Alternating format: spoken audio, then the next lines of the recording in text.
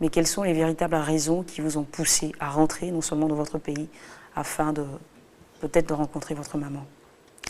Donc, je disais tout à l'heure, quand j'ai eu mon enfant, vraiment, ça crée le déclic en moi. Et tout de suite, je suis rentrée, je me suis vraiment interrogée et j'ai reconnu mon tort. Mais vu le temps passé, ça faisait déjà 5 ans.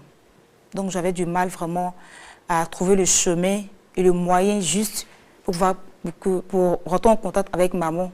Vu tout ce temps passé, je signale également que, étant avec maman au pays, en Côte d'Ivoire ici, je savais la santé n'était pas stable. Oui, vous avez dit au départ qu'elle avait des problèmes tout à fait, des concernant, problèmes, oui, sa vue. Sa vue. Et je savais même qu'elle piquait même des crises ses huiles permettaient à chaque fois d'avoir certaines crises. Mais après tout ça, vraiment, je coupais tout lien, tout contact. Donc après, quand j'ai commencé à me ressaisir, j'ai commencé à penser à tout ça.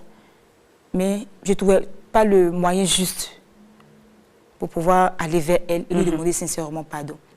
Je réfléchissais, je ne trouvais pas les mots justes, je ne trouvais pas le courage. J'avais maintenant l'envie, mais je n'avais pas ce courage. La force vous manquait maintenant. La force. Et c'est comme ça, un jour dans mes courses, je croise une cousine maternelle. Et c'est cette cousine qui va me donner des informations au niveau de ma mère. Et là... Donc elle vous donne des nouvelles en fait. Hein. Tout à fait. Ok. Une cousine que vous n'aviez pas vue aussi, j'imagine, depuis très longtemps. Tout à fait. Puisque vous aviez pratiquement coupé le contact avec tout le monde autour de vous. Avec maman et toute la famille également n'était pas du tout contente. Et quand elle m'a vue, elle était vraiment surprise de me voir parce que, et surtout dans l'état qu'elle m'a vue toute joyeuse, vraiment en bon état. Donc elle m'a dit, non, je suis en vie et ma maman est en train de mourir. Donc elle a dit ça, j'ai pris un coup et j'ai demandé les nouvelles. Et elle m'a dit, après mon départ, vraiment, ma mère ne se retrouvait plus. Elle passait ses temps, des nuits blanches, elle pleurait. Et c'était encore plus douloureux même que la perte de mon papa. Et ça a commencé à jouer sur sa santé.